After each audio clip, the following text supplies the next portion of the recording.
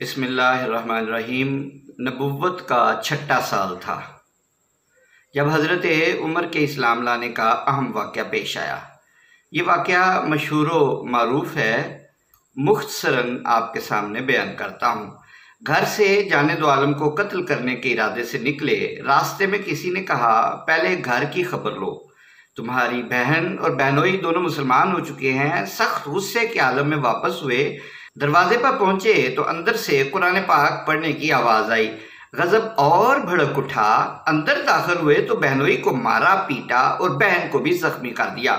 پھر کہا ابھی تم کیا پڑھ رہی تھی؟ بہن نے کہا اللہ کا کلام۔ انہوں نے کہا لاؤ مجھے دکھاؤ۔ بہن نے کہا پہلے غسل کر کے پاک صاف ہو جاؤ، اور غسل کے بعد جب انہوں نے اللہ کا کلام پڑھا تو دل کی دنیا میں انقلاب برپا ہو گیا۔ کہنے لگے مجھے رسول اللہ کے پاس لے چلو، میں ایمان لانا چاہتا ہوں۔ ان دنوں جانے دو عالم دار ارقم میں تبلیغی کام انجام دیا کرتے تھے، چنانچہ یہ لوگ وہاں گئے اور دروازہ کھٹکھٹایا۔ ایک صحابی نے دروازے کی جھرری سے آنکھ لگائی تو عمر کو تلوار حمائل کیے کھڑے دیکھا۔ اس صحابی نے آپ کو خوفزدہ انداز میں مطلع کیا کہ باہر عمر تلوار گلے میں ڈالے کھڑا ہے۔ شیر خدا حضرت حمزہ پاس ہی بیٹھے تھے، کہنے لگے ڈرنے کی کیا بات ہے، دروازہ کھولو۔ اگر اچھی نیت سے آیا ہے تو خوش آمدید، اگر برے ارادے سے آیا ہے تو اسی کی شمشیر سے اس کا سر قلم کر دوں گا۔ دروازہ کھولا گیا تو حضرت عمر اندر داخل ہوئے۔ جانے دو عالم نے پوچھا کیسے آئے ہو؟ اللہ، اس کے رسول اور اس کی کتاب پر ایمان لانے کے لیے حاضر ہوا ہوں۔ حضرت عمر نے جواب دیا یہ بالکل غیر متوقع بات تھی، اس لیے سب کو بے انتہا مسرت حاصل ہوئی اور نعرہ تکبیر سے مکہ کی فضا گونج اٹھی۔ اسلام لانے کے بعد حضرت عمر نے جانے دو عالم سے پوچھا یا رسول اللہ کیا ہم حق پر نہیں ہیں؟ کیوں نہیں، یقیناً ہم حق پر ہیں۔ جانے دو عالم نے فرمایا تو پھر یا رسول اللہ ہم چھپ چھپ کر عبادت کیوں کریں؟ آئندہ ہم اعلانیہ عبادت کیا کریں گے۔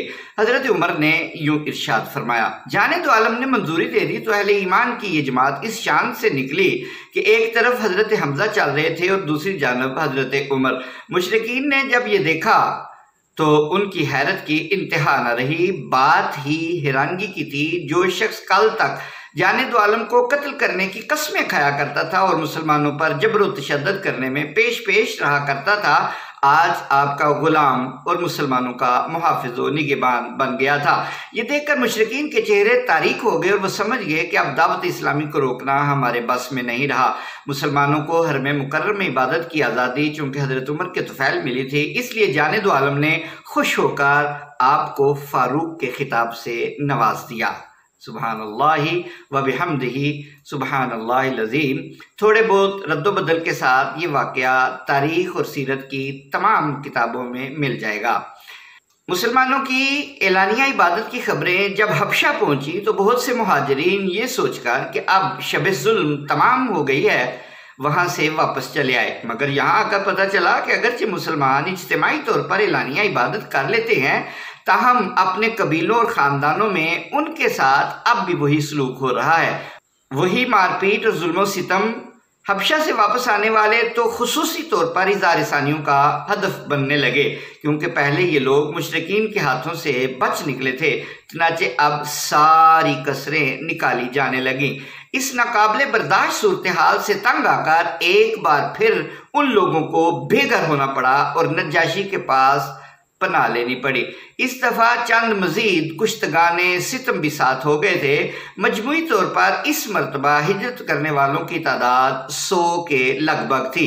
اگرچہ ان کو روکنے کے لیے کفار نے بتھیرے جتن کیے، مگر یہ لوگ کسی نہ کسی طرح چھپ چھپا کر نکل گئے اور حبشہ میں جا کر آباد ہو گئے۔ پھر جب جانے دو عالم صلی اللہ علیہ وسلم ہجرت فرما کر مدینہ تشریف لے گئے تو کچھ افراد واپس آ گئے اور باقی جو رہ گئے تھے ان کو آپ نے 7 ہجری میں خود بلا لیا۔ جب حبشہ میں مہاجرین آرام سے رہنے لگے اور فاروق اعظم کے اسلام لانے سے مکہ میں بھی اعلانیہ عبادت شروع ہو گئی تو اشاعت اسلام کا کام بہتر طریقے سے سر انجام پانے لگا۔ یہ دیکھ کر مشرکین کی نیندیں حرام ہو گئیں۔ ان کی سمجھ میں نہیں آتا تھا کہ اسلام کو پھیلنے سے کس طرح روکا جائے۔ آخری حربے کے طور پر انہوں نے آپس میں یہ انسانیت سوز معاہدہ کیا کہ بنی ہاشم کے ساتھ مکمل طور پر بائیکاٹ کیا جائے، اور جب تک وہ محمد کو قتل کرنے کے لیے ہمارے سپرد نہ کر دیں اس وقت تک ان کے ساتھ نہ شادی بیاہ رچایا جائے اور نہ ان سے کوئی چیز خریدی جائے، نہ ان پر کوئی شے فروخت کی جائے، نہ ان کے ساتھ صلح کی کوشش کی جائے، اور نہ ان کے ساتھ کسی قسم کی نرمی برتی جائے۔ اس نعوذ باللہ کار خیر کے لیے اتنا اہتمام کیا گیا کہ یہ معاہدہ باقاعدہ طور پر تحریر کیا گیا اور کعبہ میں آویزاں کیا گیا۔ اس کو تمام سیرت کی کتابوں میں ذکر کیا گیا ہے۔ میں جہاں سے میں آپ کو سنا رہا ہوں وہ السیرۃ الحلبیہ جلد اول صفحہ 366 اور البدایہ والنہایہ۔ اس ظالمانہ معاہدے کو ضبط تحریر میں لانے والے بدبخت کو اس کے کیے کی سزا دنیا میں ہی مل گئی اور اس کا لکھنے والا ہاتھ ہمیشہ کے لیے شل ہو گیا۔ اب یہ واقعہ ہے امام زرقانی نے ذکر فرمایا اور سیرت ابن ہشام میں اس کا ذکر ہے، جلد اول صفحہ 232 سیرت ابن ہشام۔ اس مقاطعہ کے بعد بنی ہاشم شیب ابی طالب میں معصور ہو گئے۔ اس کو تھوڑا سا واضح کر دوں کہ شیب ابی طالب ابو طالب کی موروثی جائیداد تھی اور ایک درہ نما گھاٹی کی شکل میں تھی۔ اس میں مسلمان معصور ہو گئے۔ یہ شدید ترین ابتلا اور آزمائش کا دور تھا۔ قریش نہ تو بنی ہاشم کے ساتھ خود خرید و فروخت کرتے تھے نہ کسی دوسرے کو کرنے دیتے تھے۔ اگر باہر سے کوئی تجارتی قافلہ مکہ میں آتا اور بنی ہاشم کا کوئی فرد اس سے کوئی چیز خریدنا چاہتا تو ابو لہب زیادہ قیمت دے کر وہ چیز حاصل کر لیتا اور بے بس ہاشمی خون کے گھونٹ پی کر رہ جاتا۔ اس کو الآثار المحمدیہ جلد اول صفحہ 302 اور سیرت حلبیہ جلد اول صفحہ 367 پر ملاحظہ کیا جا سکتا ہے۔ ایسے میں آپ خود ہی سوچئے کہ ان کے شب و روز کس طرح بسر ہوتے ہوں گے۔ حضرت سعد ابن وقاص فرماتے ہیں کہ ان دنوں ایک دفعہ رات کو سوکھا چمڑا ہاتھ آ گیا، میں نے اس کو دھویا، پھر آگ پر بھونا اور پانی کے ساتھ کھا گیا۔ ظالموں کو معصوم بچوں پر بھی ترس نہیں آتا تھا۔ بنی ہاشم کے نونہال بھوک سے بلکتے رہتے اور ماں باپ حسرت کی تصویر بنے انہیں تکتے رہتے۔ کچھ مشرکین اتنے سنگ دل تھے کہ بچوں کی دلدوز چیخیں سن کر خوش ہوتے اور کہے لگاتے۔ یہ طبقات ابن سعد جلد اول صفحہ 140 پر یہ واقعہ ذکر ہے۔ اور یہ کوئی 2-4 روز یا مہینہ 2 مہینہ کی بات نہ تھی، یہ مصیبت باداماں سیاہ رات 3 سال کے طویل عرصے پر محیط تھی۔ آفرین ہے ان رہنوانے وفا پر کہ اتنی مدت تک مصائب و آلام کی چکی میں پستے رہے مگر مخالفین کی خواہشات کے آگے اپنے سر کو نہیں جھکایا، بلکہ اس سارے عرصے میں انہوں نے جان دو عالم کی پہلے سے زیادہ حفاظت و نگہبانی کی، اور اس خطرے کے پیش نظر کہ کہیں دشمن سوتے میں حملہ کر کے آپ کو نقصان نہ پہنچائے، جناب ابو طالب نے یہ احتیاطی تدبیر کی کہ آپ کے بستر پر خود سو جاتے یا اپنے کسی عزیز کو سلا دیتے تاکہ اگر حملہ ہو ہی جائے تو ہماری جانیں اس جانے جہاں پر فدا ہو جائیں۔ یہ بھی طبقات ابن سعد جلد اول صفحہ 140 پر مرقوم ہے۔ 3 سال تک اس ظالمانہ معاہدے پر عمل ہوتا رہا۔ بالآخر اللہ تعالیٰ نے ایسا انتظام فرمایا کہ یہ معاہدہ خود بخود ہی کل عدم ہو گیا۔ ایک دن جان دو عالم نے جناب ابو طالب کو بتایا، چچا جان، اللہ تعالیٰ نے معاہدے کی تحریر پر دیمک کو مسلط فرما دیا ہے اور اب اس میں اللہ تعالیٰ کے نام کے سوا کوئی چیز باقی نہیں رہی۔ ابو طالب بہت حیران ہوئے کہ بھتیجے کو اس بات کا پتہ کس طرح چل گیا جبکہ اس کا بیرونی دنیا سے کوئی رابطہ ہی نہیں ہے۔ تعجب سے بولے، اَرَبُّکَ أَخْبَرَکَ بِهَذَا، کیا تمہارے رب نے تمہیں اس پر مطلع کیا ہے؟ جان دو عالم نے فرمایا، نعم۔ ابو طالب اسی وقت حرم میں گئے اور لوگوں سے مخاطب ہو کر کہا، یا معاشر قریش، میرے بھتیجے نے مجھے بتایا ہے کہ تمہارا تحریر کردہ معاہدہ ختم ہو چکا ہے اور اسے دیمک چاٹ گئی ہے۔ اب اس تحریر کو اتار کر لاؤ اور کھول کر دیکھو۔ اگر بھتیجے کی بات غلط ہوئی تو میں اس کو تمہارے حوالے کر دوں گا، اور اگر اس کی اطلاع درست ہوئی تو پھر تم کو اپنا طرز عمل بدل دینا چاہیے اور اس سے باز آ جانا چاہیے۔ مخالفین تو تصور ہی نہیں کر سکتے تھے کہ اتنی حفاظت سے لٹکائے ہوئے معاہدے کو دیمک کھا سکتی ہے، اس لیے سب نے کہا قد ردینا، ہم آپ کی بات سے راضی ہیں۔ چنانچہ وہ تحریر لا کر کھولی گئی اور سب کی آنکھوں نے یہ حیرت انگیز منظر دیکھا کہ اس میں بِاسْمِكَ اللَّهُمَّ کے سوا ایک حرف بھی باقی نہیں رہا۔ قدرت الہیہ کا یہ کرشمہ دیکھ کر بھی ابو جہل جیسے ہٹ درم اس ظالمانہ معاہدہ پر ڈٹے رہنے کے لیے اصرار کرتے رہے، مگر انصاف پسند لوگوں نے ان کی باتوں کو قابل توجہ نہ سمجھا اور معاہدے کے باطل ہو جانے کا فیصلہ دے دیا، اور یوں 3 سال بعد اس المناک قید کا خاتمہ ہو گیا۔ یہ سیرت ابن ہشام جلد اول صفحہ 232 اور طبقات ابن سعد جلد اول صفحہ 140 پر مرقوم ہے۔ جانب عالم کے شیب ابی طالب میں معصور ہو جانے کی وجہ سے وقتی طور پر دعوت و تبلیغ کا کام سرد پڑ گیا تھا۔ اب 3 سال بعد آپ باہر تشریف لائے تو پھر رشد و ہدایت کا بازار گرم ہو گیا اور اہل ایمان کی تعداد میں روز بروز اضافہ ہونے لگا۔ مشرکین اتنے عرصے تک جانب عالم کو اسیر رکھنے کے باوجود آپ کے پائے ثبات میں لغزش تو کجا ہلکی سی لرزش بھی پیدا نہ کر سکے، تو ان کے لیے اس کے سوا کوئی چارہ نہ رہا کہ لوگوں کو پروپیگنڈے کے زور پر جانب عالم سے دور رکھنے کی کوشش کریں۔ چنانچہ ان دنوں قبیلہ دوست کا معزز اور شریف النفس سردار طفیل ابن عمر دوسی مکہ مکرمہ آیا تو مشرکین نے اس کو جانب عالم سے اتنا بدظن کیا کہ اس نے حرم کو جاتے وقت کانوں میں کپڑا ٹھونس لیا کہ کہیں محمد صلی اللہ علیہ وسلم کا کلام کانوں میں نہ پڑ جائے۔ جب حرم میں پہنچا تو آپ کعبۃ اللہ کے پاس کھڑے نماز پڑھ رہے تھے اور بآواز بلند تلاوت فرما رہے تھے۔ طفیل بھی آپ کے پاس جا کھڑا ہوا، کانوں میں اگرچہ کپڑا بھرا ہوا تھا مگر پھر بھی چند سامع نواز جملے اس کے کانوں میں پڑ ہی گئے۔ اس کو وہ حسین جملے بہت ہی بھلے معلوم ہوئے اور اس نے سوچا کہ ڈرنے کی کیا بات ہے، میں ایک سمجھدار آدمی ہوں اور برے بھلے کی خوب تمیز رکھتا ہوں، مجھے یہ کلام ضرور سننا چاہیے۔ پھر سننے کی دیر تھی کہ طفیل کی کایا پلٹ گئی اور جب جانب عالم نواز سے فارغ ہوئے تو گھر جانے لگے تو طفیل بھی سر جھکائے پیچھے پیچھے چل پڑا۔ گھر پہنچ کر طفیل نے عرض کی، یا محمد، آپ کی قوم نے مجھے آپ سے اس قدر بدگمان کر دیا تھا کہ میں اپنے کانوں کو بند کر کے حرم کو گیا تھا، مگر اس کے باوجود اللہ تعالیٰ نے مجھے آپ کا کلام سننے کا موقع نصیب فرما دیا۔ مجھے وہ کلام بہت ہی پسند آیا، اس لیے ذرا تفصیل سے بتائیے کہ آپ کس چیز کی دعوت دیتے ہیں۔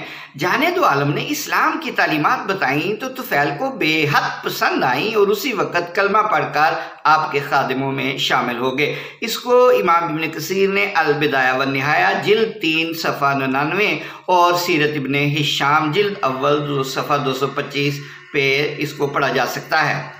اور آگے تاریخ میں حضرت طفیل کی ایک عجیب کرامت کا تذکرہ ملتا ہے جو جانب عالم کے دربار نور بار کا عطیہ تھی۔ حضرت طفیل جب مشرف با اسلام ہو گئے تو انہوں نے عرض کی، یا رسول اللہ، میں اپنی قوم کا سردار ہوں اور یہاں سے جا کر ان کو بھی اسلام کی دعوت دوں گا، آپ دعا فرمائیے کہ اللہ تعالیٰ مجھے کوئی ایسی نشانی مرحمت فرما دے جو میری صداقت اور سچائی کا ثبوت ہو۔ جانب عالم صلی اللہ علیہ وسلم نے دعا فرمائی، اللہم اجعل لہ آیا، الہی طفیل کو کوئی ایسی نشانی عطا فرما دے جو یہ مانگ رہا ہے۔ اللہم اجعل لہ آیا۔ جانب عالم سے رخصت ہو کر جب طفیل اپنے گاؤں کے قریب پہنچے تو دعائے مصطفیٰ کا اثر ظاہر ہوا اور ان کی پیشانی سے نور کی کرنیں پھوٹنے لگیں۔ حضرت طفیل نے بارگاہ الہی میں التجا کی، یا اللہ، اس روشنی کا مرکز میری پیشانی کی بجائے کسی اور چیز کو بنا کر مجھے دکھا، کہیں یہ نادان لوگ میری پیشانی کی چمک کو دیکھ کر میری صورت کو بگڑ جانے پر ہی معمول نہ کر لیں۔ چنانچہ اسی وقت ان کے ہاتھ میں جو لاٹھی پکڑی ہوئی تھی، روشنی ان کی لاٹھی میں منتقل ہو گئی اور لاٹھی شمع کی طرح دمکنے لگی۔ اگرچہ حضرت طفیل کا خیال یہی تھا کہ ساری قوم دعوت اسلام پر لبیک کہے گی، مگر آبائی مذہب کو یک لخت چھوڑ دینا بہت مشکل ہوتا ہے، اس لیے اتنی واضح نشانی دیکھنے کے باوجود گھر کے چند افراد کے علاوہ کسی نے ان کی باتوں کو درخور اعتنا نہ سمجھا۔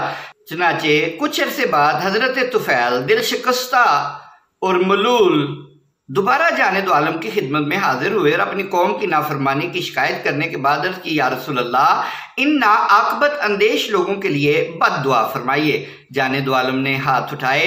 حضرت ابو ہریرہ رضی اللہ تعالیٰ عنہ بیان کرتے ہیں کہ میں بھی اس وقت پاس بیٹھا تھا اور سوچ رہا تھا کہ اب قبیلہ دوست تباہ و برباد ہو جائے گا، مگر جب کان لگا کر سنا تو رحمت للعالمین ان کے لیے بد دعا کرنے کی بجائے یوں مصروف دعا تھے، اللہم اہد دوسن، اللہم اہد دوسن، الہی قبیلہ دوس کو ہدایت دے دے، الہی قبیلہ دوس کو ہدایت دے دے۔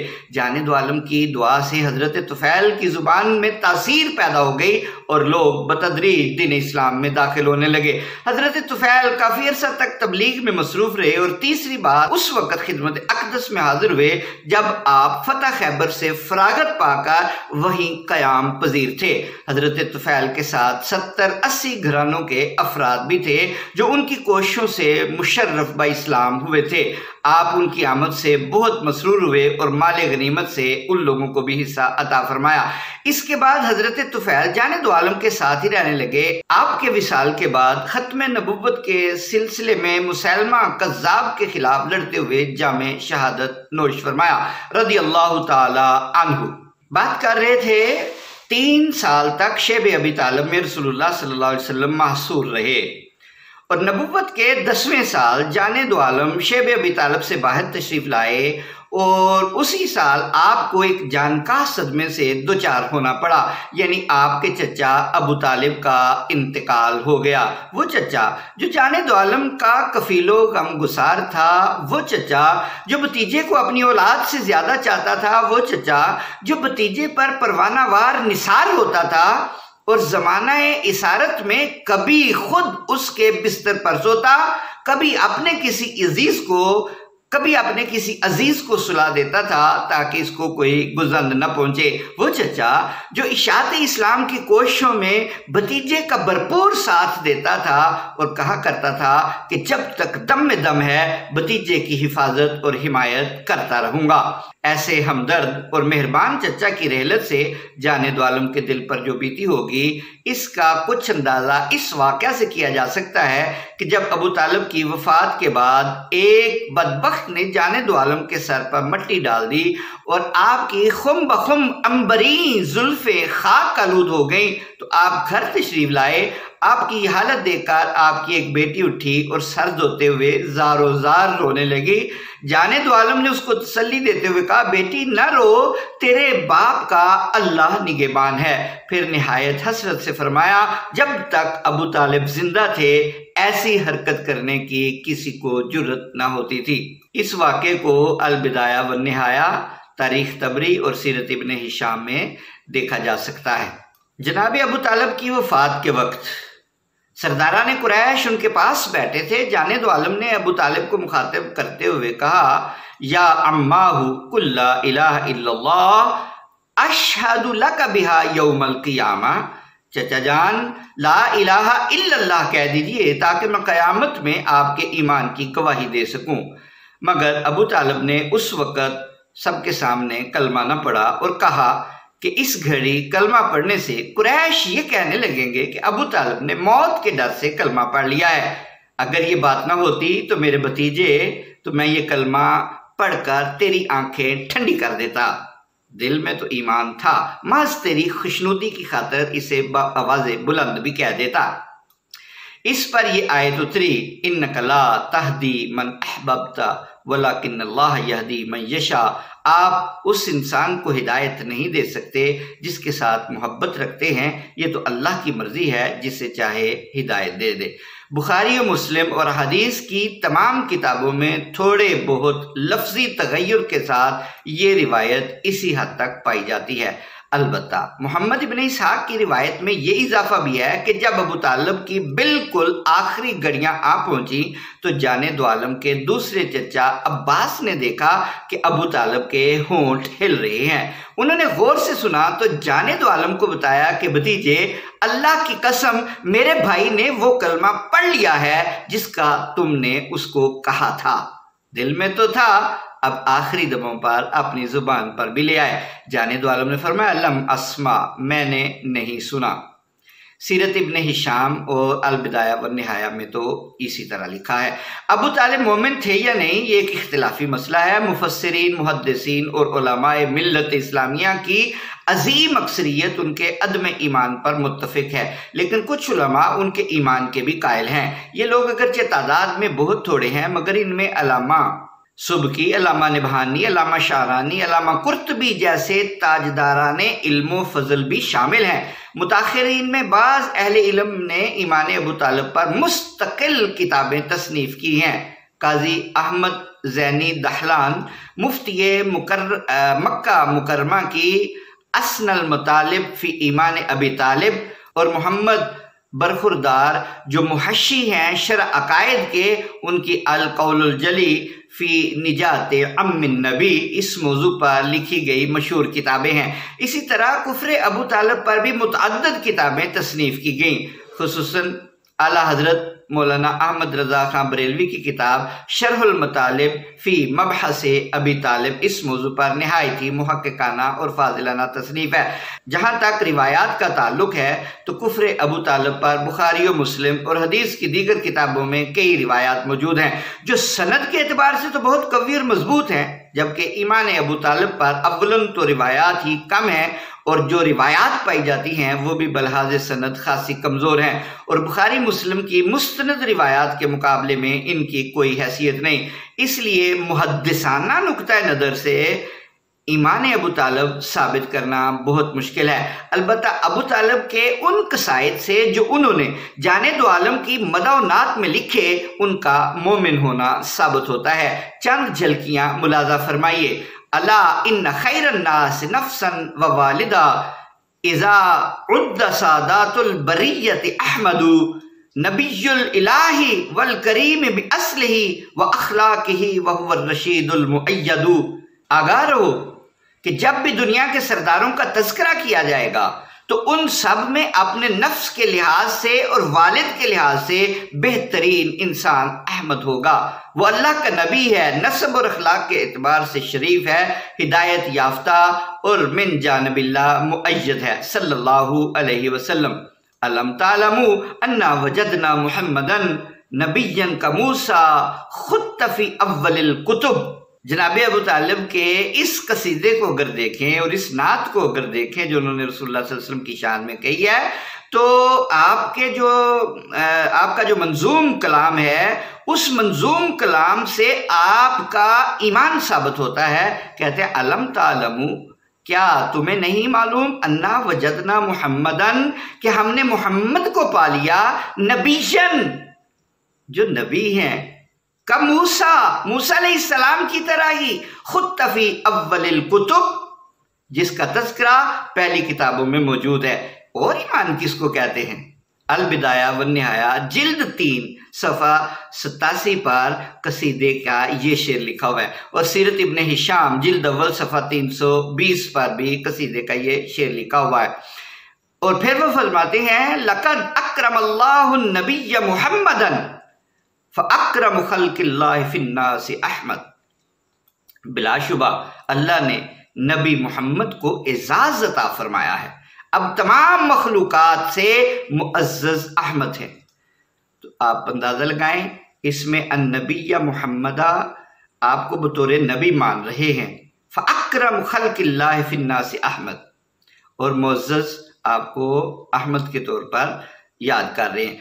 یہ جو الفاظ آپ کے سامنے رکھے ہیں کھل کر نبی پاک صلی اللہ علیہ وسلم کی نبوت کا اقرار کر رہے ہیں۔ جب جانے دو عالم کو موسیٰ کی طرح نبی مان لیا، سردار مان لیا، شریف رشید مؤید مان لیا، اور ساری کائنات سے افضل و اعلیٰ مان لیا، تو پھر مجھے بتائیں باقی کیا رہ گیا؟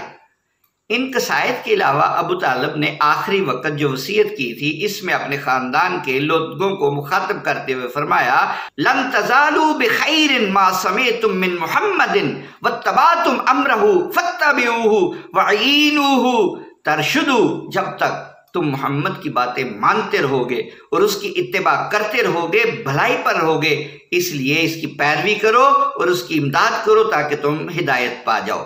اب اس کو طبقات ابن سعد جلد اول صفحہ 112، تفسیر کبیر جلد 6 صفحہ 439 سے پڑھا جا سکتا ہے۔ اس وصیت سے پتہ چلتا ہے کہ ابو طالب نہ صرف یہ کہ خود مومن تھے بلکہ دوسروں کو بھی اتباع مصطفیٰ اور اعانت مصطفیٰ کی تلقین کرنے والے تھے، لیکن یہ وصیت بھی سند کے اعتبار سے ضعیف ہے۔ بہرحال ہمارا مقصد ابو طالب کو مومن ثابت کرنا نہیں اور نہ ہی ان کو کافر ثابت کرنا ہے۔ ہم نے تصویر کے دونوں رخ پوری غیر جانبداری سے پیش کر دیے ہیں۔ ہماری رائے میں اس مقام پر چپ ہی اچھی ہے، سکوت ہی اچھا ہے، کیونکہ اگر بخاری و مسلم کی صحیح روایات کی وجہ سے ابو طالب کو مومن ثابت کرنا مشکل ہے تو ابو طالب جیسے عقائد رکھنے والے انسان کو بے دھڑک کافر قرار دے دینا بھی آسان نہیں ہے۔ علامہ شبلی کی یہ بات آدمی کو سوچنے پر مجبور کر دیتی ہے کہ ابو طالب نے حضرت کے لیے جو جان نثاریاں کی، اس سے کون انکار کر سکتا ہے؟ وہ اپنے جگر گوشوں تک آپ پر نثار کرتے تھے، آپ کی محبت میں تمام عرب کو اپنا دشمن بنا لیا، آپ کی خاطر معصور ہوئے، فاقے اٹھائے، شہر سے نکالے گئے، 3 برس تک آب و دانہ بند رہا۔ کیا یہ محبت، یہ جوش، یہ جان نثاریاں سب ضائع جائیں گی؟ یہ شبلی کی سیرت النبی جلد اول صفحہ 235 سے میں نے آپ کو سنایا۔ مگر جو اہل علم ان کے ایمان نہ لانے کے قائل ہیں وہ یہ جواب دے سکتے ہیں کہ ابو طالب کی جان نثاریاں ضائع تو نہیں گئیں بلکہ ان کے عوض ابو طالب کے عذاب میں تخفیف ہو گئی، اور صحیح حدیث کے مطابق وہ اہل جہنم میں سب سے کم عذاب والے ہوں گے۔